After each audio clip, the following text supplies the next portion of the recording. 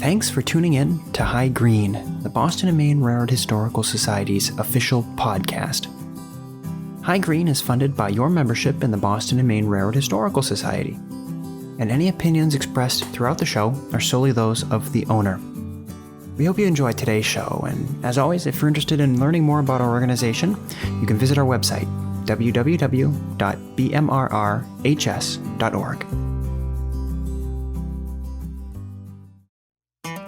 Perhaps this story hasn't been told in B&M circles, but it's a B&M story and it's a good one. And the next thing you know, we hear 119 getting out of town with this steam engine working like the hell. He's going up by way of Rutland.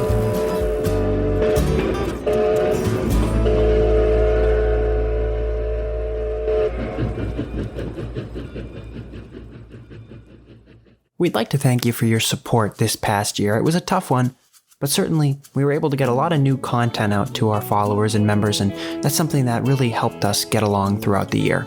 If you'd like to make your mark and support the Society and join the Society in our efforts, you can head on over to our website, B&MRRHS, and if you're not a member, sign up to become one. Your membership dues go directly to fund the Society and our efforts, and you'll also receive our famous glossy magazine, the B&M Bulletin, several times a year, and our newsletter published bi-monthly. It's a really great way to show your love for the Boston and Maine and New England railroading, and as a member, you can join one of our committees and get right into it. You can find all the info you'll need right on our website.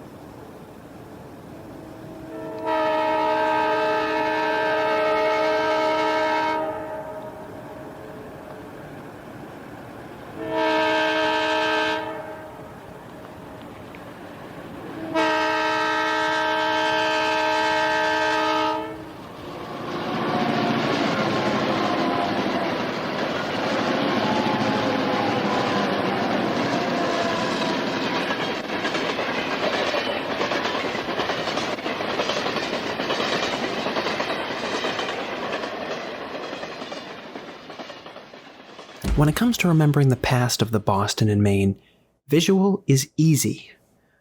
There's thousands of photographs, negatives, and slides out there where somebody interested in the Boston and Maine can get a pretty good picture of the way the railroad used to look.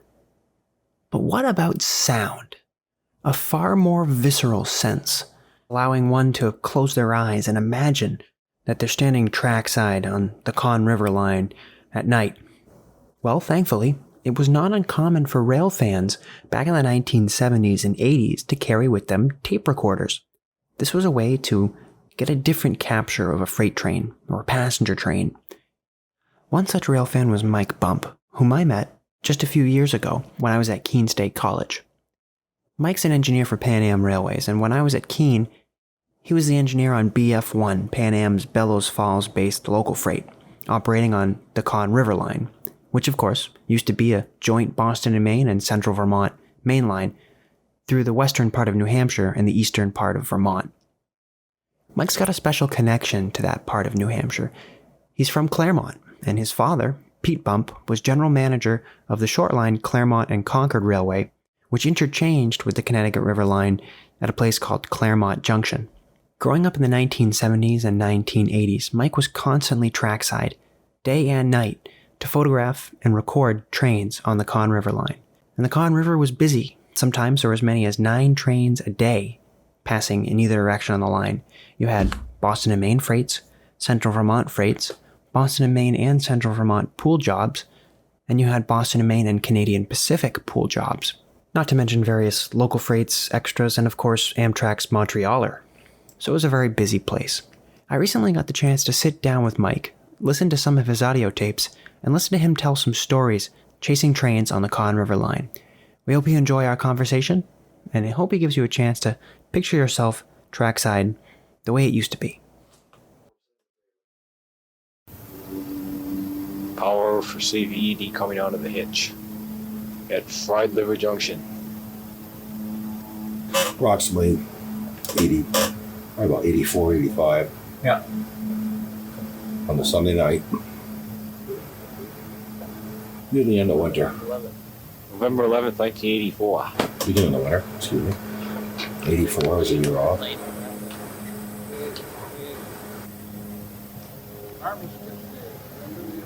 That's right. Don Provincial and Leroy Frederick there with me This is at the station in White River? at the station in White River, right in front of the pasture station on the CV side, picking up the cars that came down on 444 with a CM caboose. 2 Jeep 9s.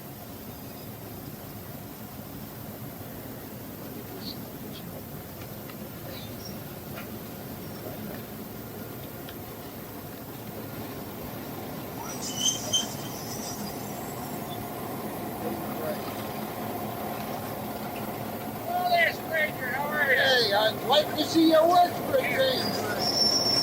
I didn't see you there.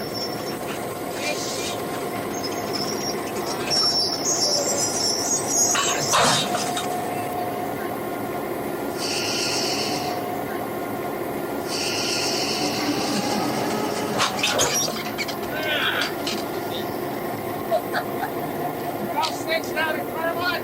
Oh, pretty good, Ray. Keeping busy. Yeah.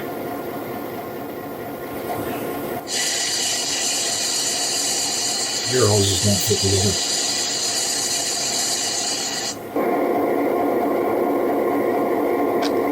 One air hose was shorter than the other.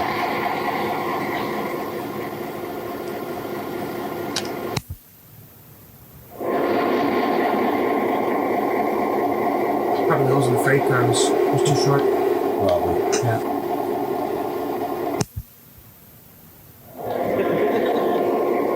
He fools it, he gets the air to go through the bed.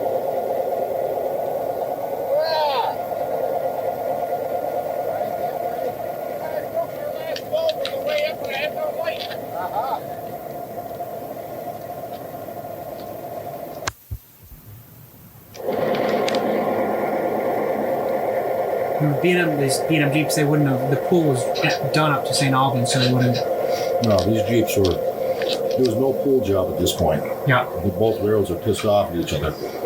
444 getting to White River. The CV Jeeps and the CV part of the train would cut away with the CV buggy in the middle. The short hose here, one tight curve, and that's gonna pop. And the CV crew, the new CV crew, would get on and take the train to Palmer. Okay. B&M would get whatever power they had the night before coming out. That day, lead the CV, whenever they were on duty, would come over with the 2 Jeeps, down the crossovers at Nut Street, come up and tie onto the rear end of the train. They had a CM caboose on it. Bunch of conveyors. On and everything on it. Oh my God. Running all by itself, man. I rode it back from Conway to North Conway. We had 3 or 4 coaches tied on to it. Everything is, I don't know how to dress for this job. Yeah, I know what. If I wore a light jacket, it'd be down below here. Really mild. Supposed to go that way. Suppose you could come back. Well, I've had it happen before. I come out of Springdale with just a light jacket on. It'd be a night like tonight, and I get up here and be 5 below. Holding up pretty good so far. Yeah, good to go. You claim we need the rain though. Well, the woods do. I'm surprised they let them come, It's dry up there. Get a pretty good hit tonight.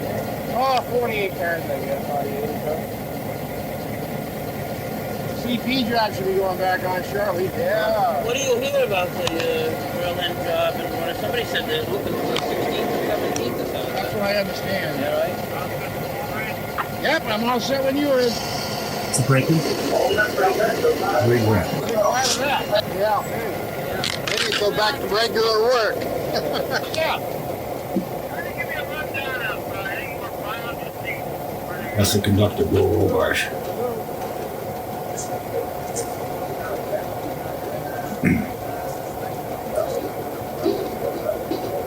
The engineer that night was Dave Ferraro.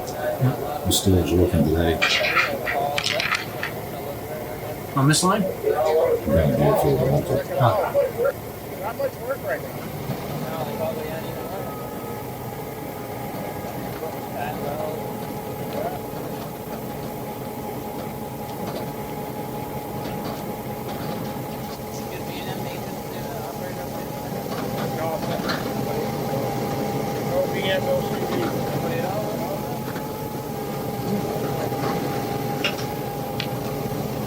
Make your own orders up here. Oh, yeah. Anybody come in later or anything? Oh, tomorrow morning. Yeah? Nobody even in for impact or anything? No. That's it.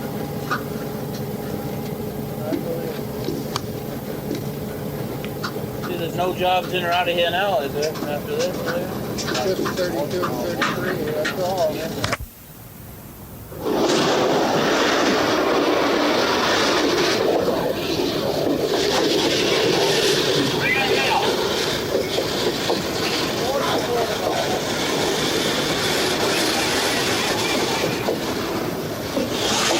Okay, to stop.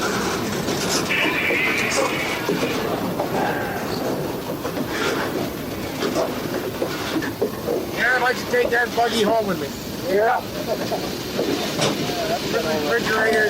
That's been over our way there. That's the 124, yeah? Come down through Berlin, go up there a few times. Golly, we're getting an age for effort. And I have a good set at the rear. Oh. I tell my wife she can throw me out of the house anytime. I got a home on wheel. Old hot buggy. Southbound CV job, probably back when it was a pool job. CV Jeeps in the lead? Oh yeah. Yeah. Back in the day, that's the 4928, that horn. Is it the junction? Yep.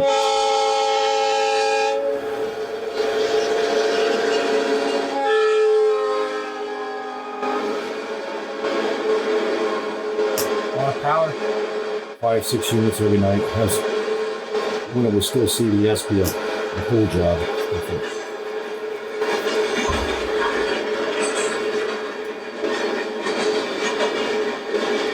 And did they do a crew change at all, or did they go direct?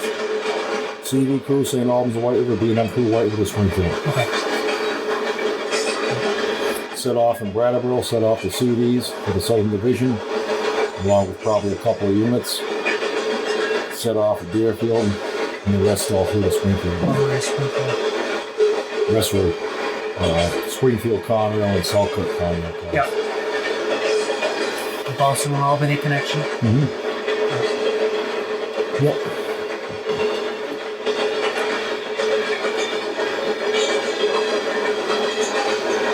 He's actually going pretty fast over the hill from southbound.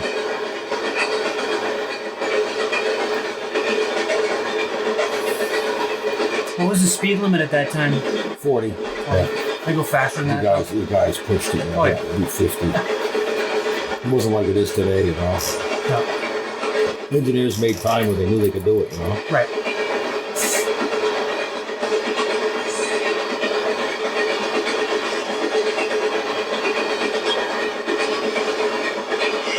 It's all newsprint in the rear end. Oh yeah. A loaded newsprint? Yeah. CVCN box springs. DWP box springs. They had more run through than they did set off. Yeah.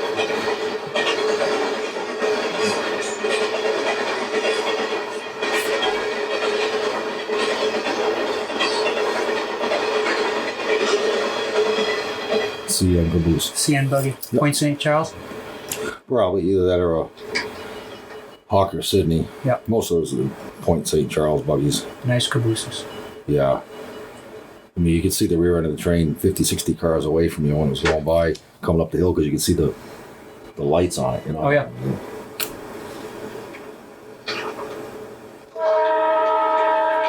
This is a B&M northbound, right? SPCP. CP job, the White River, the way it sounds. The B&M or CV power? Oh, well, SPCP was always B&M power. Always Yeah, B&M CP. Oh, the CP job, yes. Yeah. Right. This time the CP power wasn't coming down that often. This is, and that's when they combine it with the Berlin job. So you have Berlin stuff up front, Whitefield and all that, caboose and the CP stuff. These guys flying.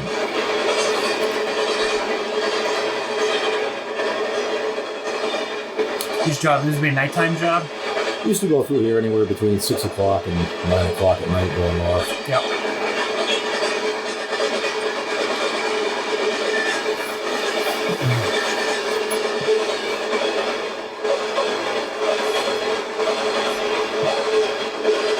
The B&M engineers back then, at least up here, they flew. Oh, yeah.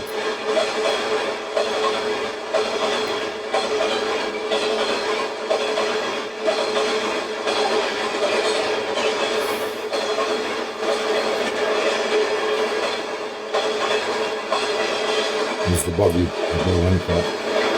Halfway through the train? Yep. Now you hear auto racks now and then. This stuff here is all the CP traffic that rolls over Newport. Yep. Up into Canada. Yep.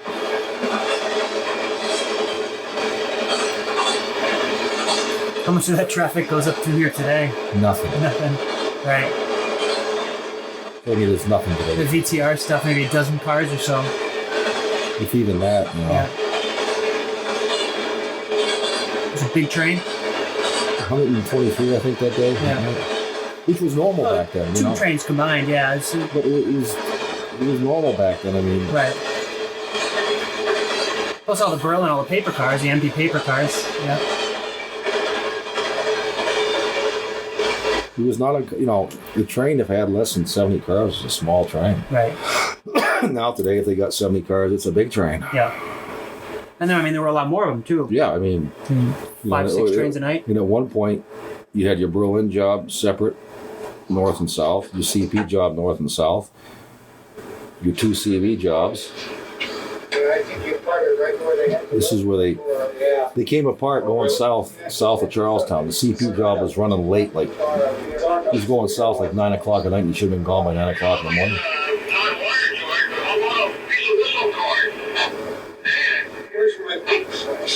Anyhow, they got south of Charlestown about maybe a mile, and they came apart. SPCP at Grissom. And we were helping them try to find, because guy up in the buggy couldn't walk in the snow, it was so bad. Oh, yeah. So this guy from the head end, we gave him a ride, and we were trying to find it. But anyhow, I think this is them going, maybe not, this might be SPCP? this is SPCP, this is a different day than what you were hearing the conversation on before. This is SPCP at Grissom Lane with a bunch of TTX piggyback flats right here. Yep. He did a set off at Tampax. His train was so long, he had to leave his train south of Grissom Lane, take the Tampax cars up, set them off, come back, then grab his train and go north. Reason being, he was well over a mile long. Right. Because he had all these TTX flat cars going back to wherever, empty. Piggyback cars? Yeah. Plus regular freight. 3 units. 1521, 1556. The lead unit was a 1744. Yep. With the 1744, 1821, and the 1556 was it? 1560, 56, yeah. Yep. Jeep 7. Yep. Going uphill? Well, going north, you know, Yeah. out of Grissom Lane, it's uphill a little bit, then it drops into a sag, but you know, it's winter time. You start from a dead start, A big train, yeah. long train.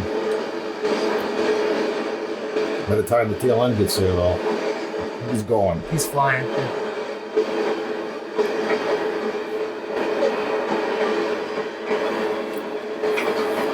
Regular freight, then eventually you hear all the TTX flat cars. There's a little bit longer of a span between them. Right. Longer and lighter. Yep. Of course, these are mostly empties going north anyhow. But, I mean, the trains are long. I mean, that's why it was so much fun to railfan. You never knew what you were going to see. You knew what you were going to see, but you never knew. Right, it was different and more variety. Variety. Yeah. There you go. In the paint schemes, the freight cars. Paint schemes of freight cars, the locomotives, and the people. The people, yeah. The people, more than anything, you know. Of course, you see the changes because you ran this line in the modern era, Yeah, and you grew up on it when it was busy. yeah, I mean, today, you know, I know rail fans that don't know anything other than what they're experiencing today, think it's great and everything, but compared to like the 80s and like that, it's nothing. How many trains a night would go on the line? Well, you had your CV B&M job south, your CV job south, your B&M CV job going north, your CP job going north. You had a Rocket CV piggyback train south, then north. Yeah. And you had your Berlin job going north and south. And you had, 6, 7 trains. Between, say, 5 o'clock in the afternoon and, say, 5 or 7 in the morning, you had 8, 9 trains, plus 2 Amtraks. 2 Amtraks. Right? To Montreal, All the way to Montreal, too. Right. Yeah. And back at one point, like in the 70s, mid 70s to late 70s, E-units on it. And then still run the B&M local out of Brattleboro? That would come up during the weekday. Yeah. Like 3 days a week, 2 days a week, up to Windsor and back. Yeah. And now you get what? One road job in either direction every day? One road job either direction, and one NECR road job in either direction. It's a shadow of itself. Local? Yeah. That's it. Well, the NECR 324. Right. I mean, 324 need 50 cars in the middle of the week. 50 cars. If they're lucky. Dropped off. It's nothing. It's no trains on the weekends. The weekends used to be we went out and caught trains. No trains on the weekend. We used to go out on a Saturday night at 6, 7 o'clock at night and stay out till 5, 6 o'clock in the morning. Right. Now, after... The Amtrak, that's it. Amtrak's not even running now. Right, not right now, yeah. Right now, you got your NECR job that goes north on Friday nights, 323, and the local going back to White River on Friday night. There's nothing until Monday night. Right. I mean... That's crazy.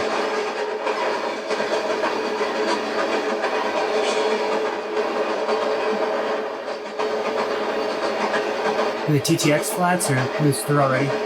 That's what they were, yeah. Those are gone already. This is ready to freight now. Near the tail end. Did they combine the Berlin job at this point, or was that? Not at this point. It was on and off. It was an on and off thing. This was earlier. Yeah. But they would do it. They would. CP at Windsor. This is the same train at Windsor. We hightailed it out of Grissom Lane where he just went by. We hightailed it, got in Leroy's van, and just got there when they were coming through. We were about getting out of his van when I had my tape recorder just basically as we were pulling up, I'm slapping it on, just getting out the van, And they got to slow down to 30 for the 30 for the crossings in Windsor, but after that it's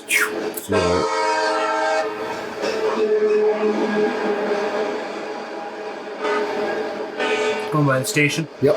Yep. Of course, he's going north. It's downhill in the Windsor, so he's not really working much throttle.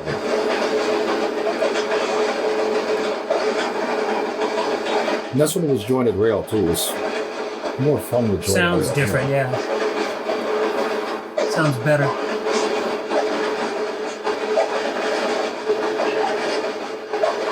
But this was the CV maintained portion. Well, this is right at the station where the B&M's ownership ended and the CV began. So the track conditions probably... Back then, the track conditions were good on both ends. Yeah. Because the B&M maintained the track. It wasn't like today, it wasn't what happened later on, Right. The only difference was north of the station, you went on a welded rail because that had been welded rail since like 77, 78. The CV put in welded rail all the way to White River. Yeah. But in front of the station was still jointed rail. It was still B&M. Yeah. Where the actual boundary was, where it became CV, I couldn't tell you, but it was somewhere in that area. Right. And that's why you had jointed rail and with the welded rail. The head end, the engines now are on the welded rail, so that engineer's probably going, let's go. Have a nice day. Yeah. Have a nice day. We'll see you.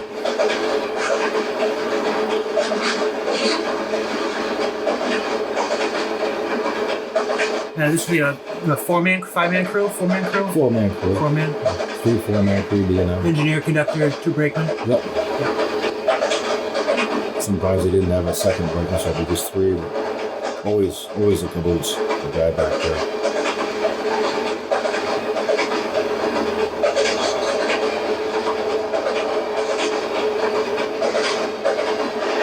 They stop in White River. Crew change. Crew change, yep. Okay. Wasn't a CP crew north of there? Was it Wells River where they did the switch there? Or? No, it was White River. 6 months out of the year, I believe it was a CP crew on the job, Newport to White River in return. And the other 6 months it was a B&M crew, Chapin's October 2nd. White River to Newport in return. It was one of those deals. It was October 2nd, 82. This year, Yeah. whatever this is coming up. What did you record these on? Just a small handheld Panasonic recorder. Yeah. The tapes. Yeah. I mean, that's definitely a CV job. It's probably a CVSP. Sounds like a CV bell. It is. That I think is the 4925. That horn. That's 54, 16, 44, 45, 45, 45.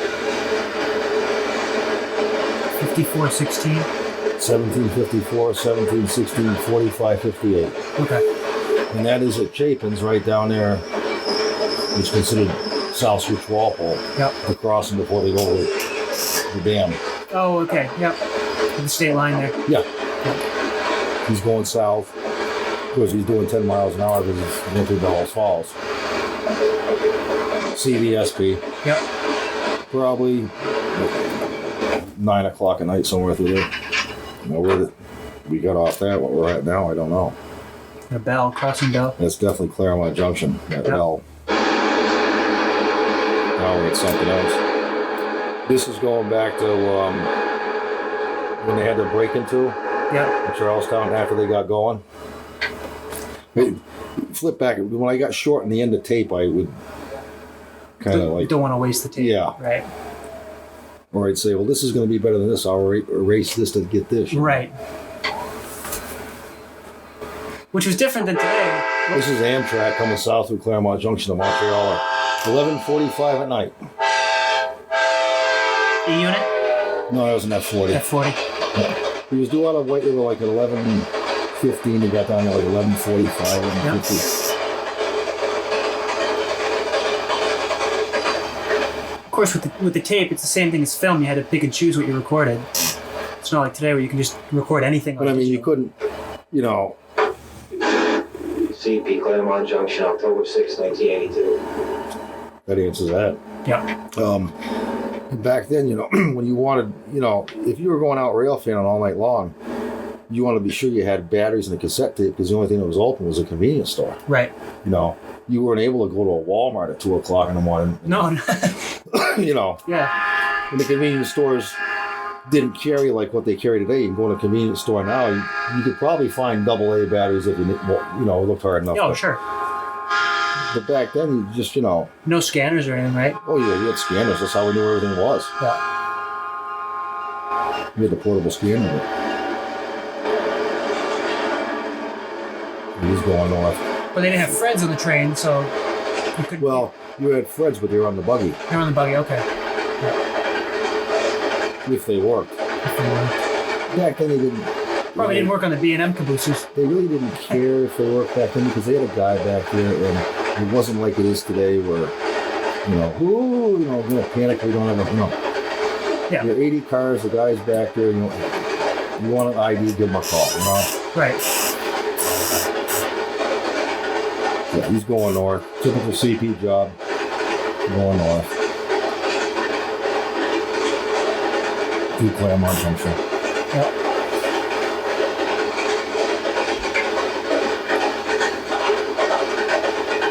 But all the trains back then were,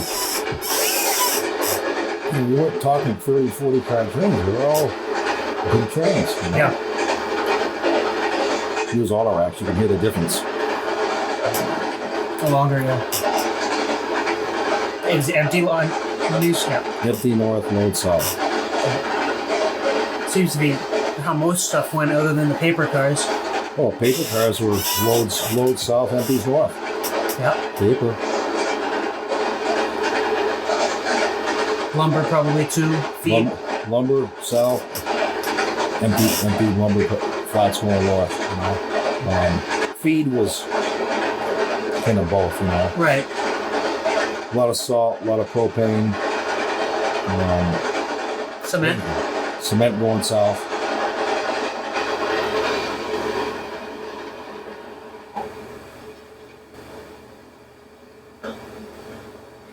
This could be one of our ventures to White River, Oh yeah. right up by the station.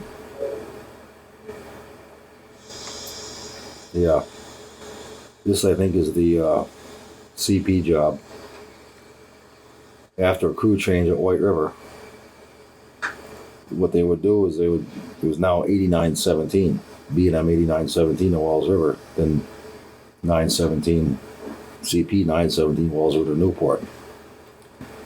It was a crew change point, but they would also set out any cars that were, say, locals for White River or whatever, if they had any. But they would pull the whole train up and put a CP buggy behind the B&M buggy. Right.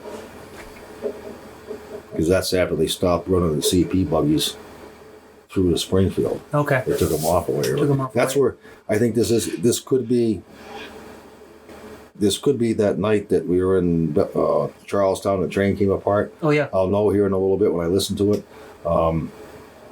They got the train together that one night in Charlestown, and we went down to the crossing there at Chapin's, South Switch Walpole, and we watched them leave. I think that this could be it. Either that or it's 8917 at White River. It's hard to tell with, Right.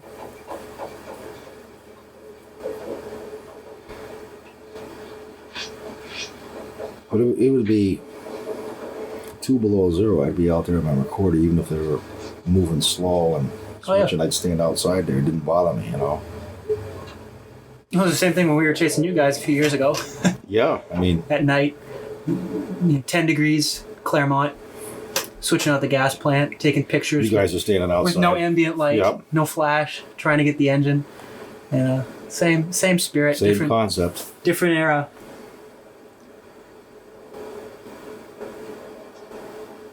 At least we had the friendly crews. That hasn't I changed. wonder who that was. Huh? Right.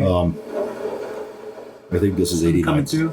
I think this is 8917 doing his move there at White River. Yeah.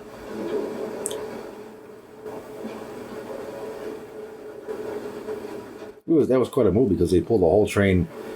They do a crew change at the B&M passenger station, and new crew would get on. Well, anyhow, the CP buggy would be down in the B&M yard below Nut Street, so they have to pull the whole train north of Nut Street and back into whatever track the buggy was on. Right. That'd be like sometimes 80, 100 car. train Yeah, or I whatever, mean that's a distance there from the station to the yard. Yeah. And even then, the engines would be Way up north, way north of the. over the river there. Right. Yeah. Right. It was before or after they would have had CP power. Well, CP power was still coming down, but it was getting right about 83. The FRA or somebody ruled that engines with electric sanders couldn't be MU'd with engines with air sanders. Oh, really? And the CP alcos, I guess, some of them were electric or what. Anyhow, it didn't compare. Well, you can't. Some rule. Some stupid, but every once in a while, it's still. Still happens. Still happens. Yeah, sure. This, I think, here, what we're listening to, I think it's that CP SP job that came apart in Charlestown, and he came apart again before he got to Walpole. And I think this is after they got together the second time. They're finally leaving and going south over the cross. In other words, he's heading down through Bellows Falls to the tunnel. Yep. And he had like a 90-car train.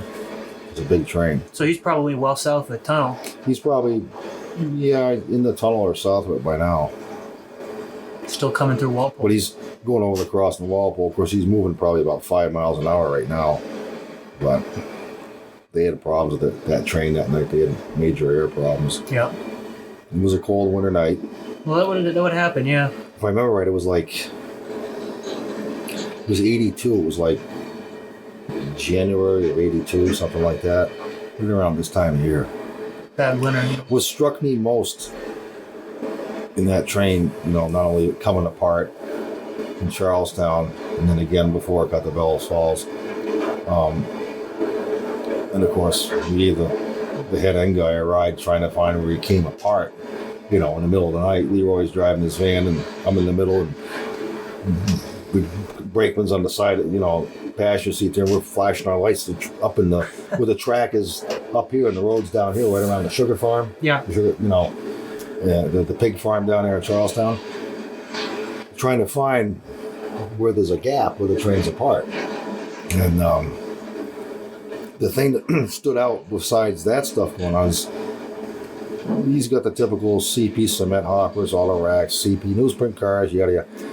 Is there was one freshly painted 50-foot plug door boxcar, smooth side, Chicago and Northwestern.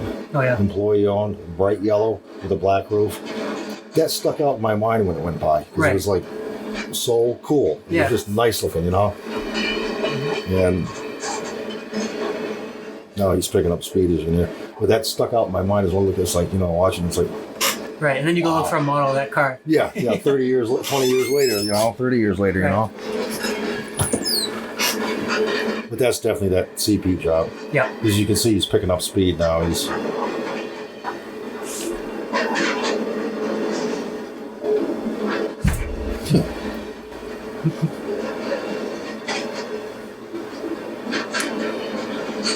But this is like probably, like I say, I think it was probably 82. Excuse me, right around, January of 82, because I think I was on school vacation. And I remember, and it sounds crazy that I can remember this, but I remember it being on a Sunday night. Oh, yeah. And Leroy came out and got me, and we'd had a lot of bad, really cold weather and a couple of a storm or two.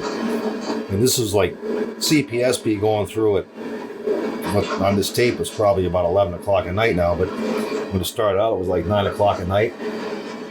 That train should have gone through here 7 o'clock in the morning. Right, so they're super late. So everything was late, backed up, you know. And all the other jobs, too. Yeah, it was the constant. So, like today, where, you know, the NECR job, if they're 5, 6, 7 hours late. You see that train go by and you know that's it. You know, there's nothing. Nothing else is going to come. Yeah, it's. You got it. You know, you watching this train or any of them, there'd be 40-foot boxcars, you know, with running boards. There'd be 40-foot boxcars without roof walks. There'd be 50-foot boxcars.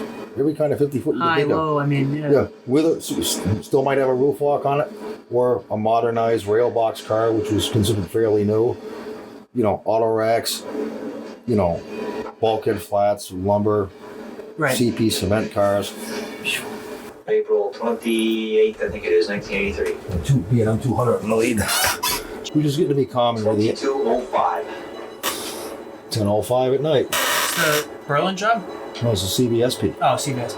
Near the end of the pool agreement, the CV is only given about 2 units a night. The B&M was given like 3 or 4. The B&M was starting to put the 200s and 300s up here a lot at that point. Right. This is the beginning of the Guilford era too. So their power was getting a little bit, you know, the 200s were showing up a lot.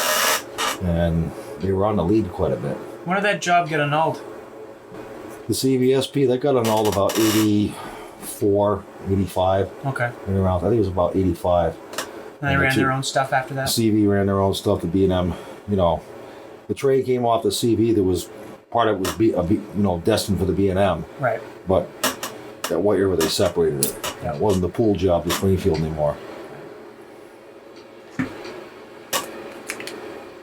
It was kind of nice to make the 38s on a lead like this here because you could notice a distinctive difference. Because you hear them different, yeah. Different horns. Something new, sound. another Jeep 9, right? Yeah. Imagine that was the big power, you know. That was considered the big power. Yeah, although it's only about 10 years old. Right. S3 Eleanor.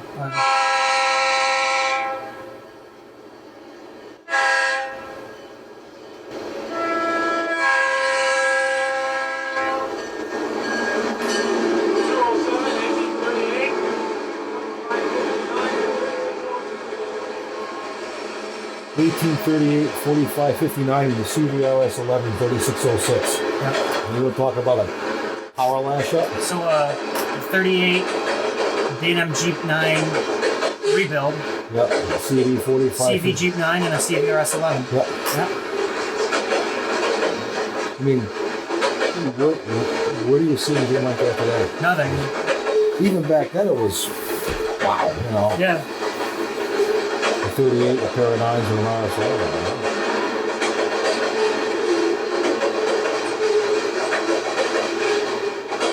This is at Claremont Junction, you know.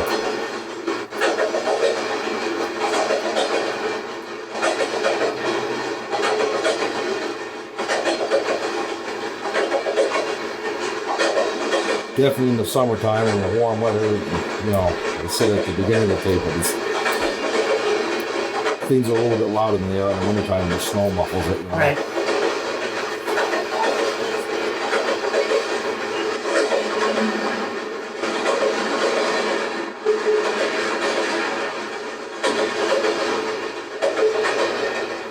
Plus, I would imagine the rails are a little looser because it's not so cold out, so... Yeah, a little more, you know...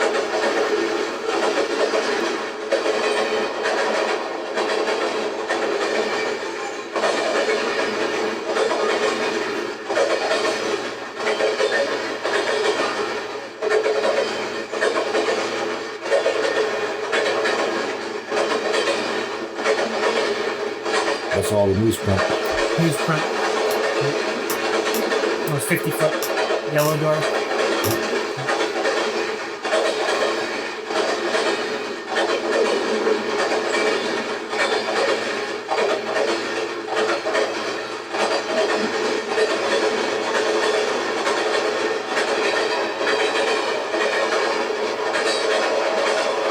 See you in caboose. Yep.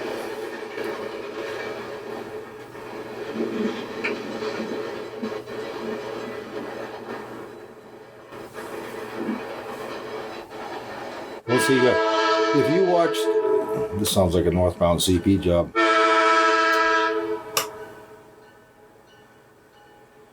Maybe not.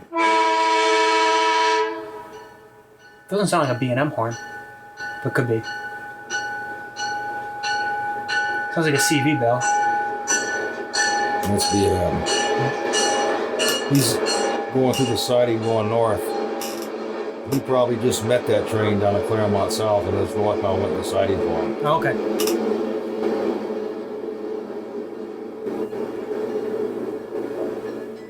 Almost sounds like light power. No, light power. Yeah. Either that or he's going to do a CNC set off. As we get further in the tape, I'll be able to tell. What was I going to say? PSP, Claremont Junction, April 29th, 1983. Lead unit is 1724. We had 1728, 1724, and 1737. 3 Jeep 9s? That's what's coming.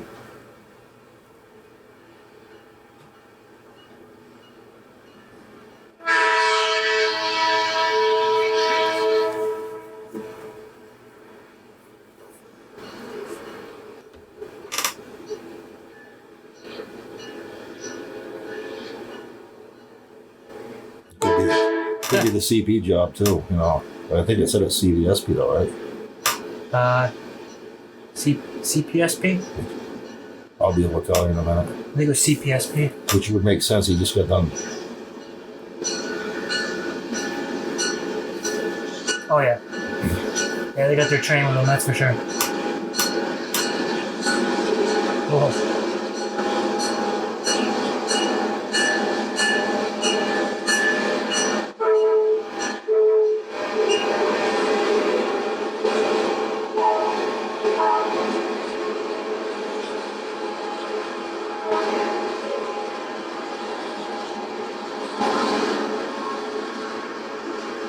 That's 567s at their finest. Yeah.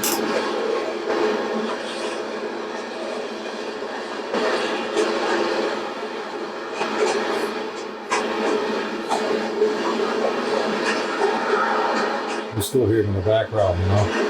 Oh, yeah. Right.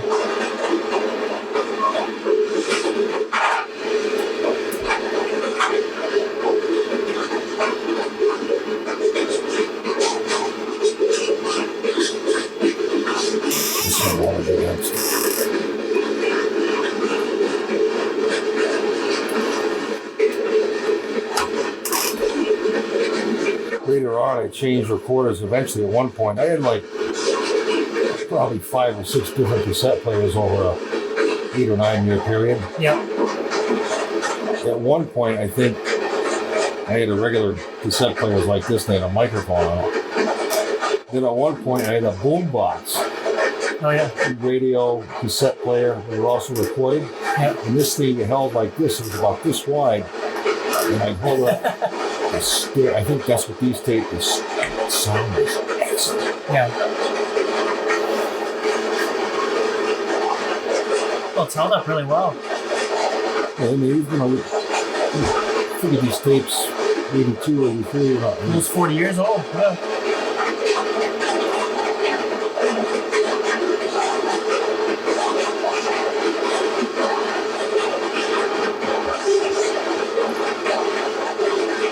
It was so fun to go watch trains on, you know? Oh, yeah.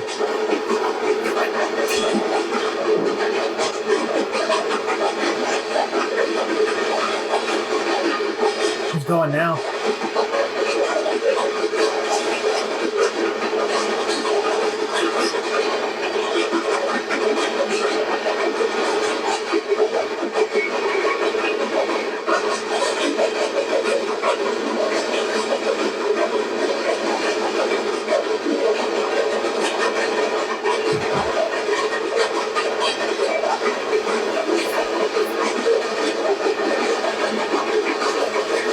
It was.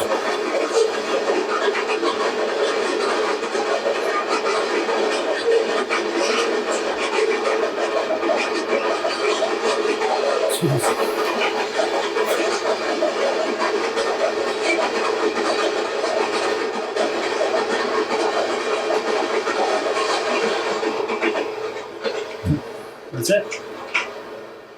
I mean, long trains. Oh, yeah. Longer than what you were chasing out there, you know. Well, it was 10, 15 as a local, but the NECR job would be sometimes 30, 25, 30 cars. April 30th, 1983. SPCP, Yep. 207 North. I think they just did a set off. Set off the cars for the CNC. It's got one particular recording is one of my first recordings, one of my favorite. It was the summer of '80, and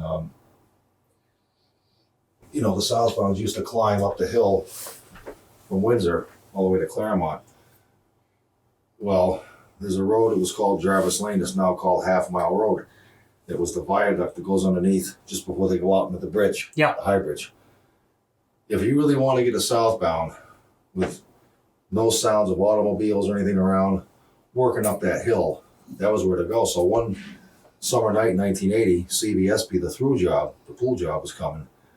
We only had 4 units and they had a short train, but my father took me up there and parked at the underpass, walked up that big ass bank that's there. Yep. And it wasn't overgrown like it is now, but walked up it and it was like, you know, I was like 12 years old or whatever, 13. Walked right up it and within 20 minutes, you could hear him coming. Yeah. This is the recording. And it was, you know, it was out in the middle of the woods, so they weren't used to seeing anybody up there. So when they came around the curve off the bridge and started nosing around before they come down the straightaway, there I am standing beside the track and the engineer was, And it's 1980. Was your dad still the general manager? yeah, the CNC at that time, yeah. Yeah. Okay. He was at night, he's taking me out 7 o'clock in the summer night to chase trains after he's worked all day, you know? I think he got as much kick out of it as I did. Oh, yeah. He took a lot of pictures, that's for sure. We're coming over the high bridge right now. We're coming around the curve. Got 3 Jeeps, 2 of them CV, B&M, and a BWP RS11.